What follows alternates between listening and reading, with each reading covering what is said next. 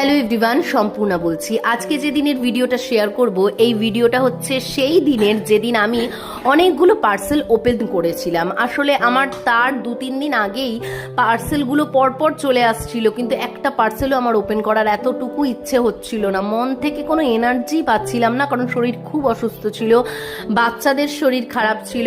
তো যাই হোক, আজকে যে দিনের ভিডিওটা শেয়ার করব, এই দিন আমি সমস্ত মোটামুটি পার্সেলগুলো, বেডশিট, পিলো কভার, তারপরে কুশন, এগুলো সমস্ত প্যাকেটগুলো খুলেছিলাম। তারপরে ক্যাবিনেট, স্টোরেজ ক্যাবিনেটটা যেটা কিনেছিলাম সেটাকে খুলেছিলাম।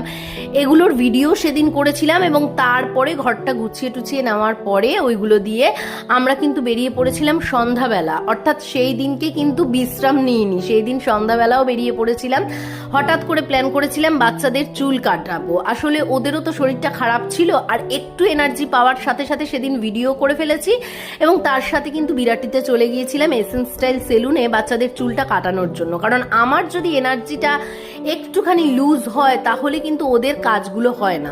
আমার এনার্জিটা চলে এসেছিল, তাই বাচ্চাদের চুলটা সেদিন কাটিয়ে নিলাম। সারা সন্ধ্যা এইভাবে কেটে গেল। নিজে একটু আইব্রো করেছিলাম, একটু বেটার লাগছিল, কারণ নিজেকে একটুখানি ঠিকঠাক করলে আর একটু শরীরটা মনে হয় একটু ঠিক হয়েছে। আর আরেকটু ভালো হওয়ার জন্য চলে গিয়েছিলাম কেএফসিতে, কারণ সেই দিন আর সন্ধ্যাবেলা ঘোরাফেরার মতো টাইম ছিল না, কারণ রাত হয়ে গিয়েছিল। আমরা তো অনেকটা রাত্রে বেরিয়েছিলাম।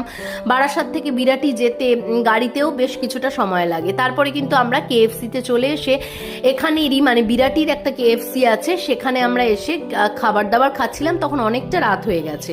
যাই হোক, ওইটুকুনি খাওয়া দাওয়া করে আমাদের কিন্তু মনটা অনেকটাই বেটার হয়েছিল, কারণ মন যখন তোমার ভালো রাখতে হবে একটু বেটার খাবার খেতে হবে, মানে যেগুলো তোমার ভালো লাগে, তাহলে দেখবে মনটা এমনিতেই ভালো হয়ে যায়। যাই হোক, ওই দিন এইভাবেই দিনটা কাটলো আর ঘরটাকেও সাজিয়ে তুলেছিলাম।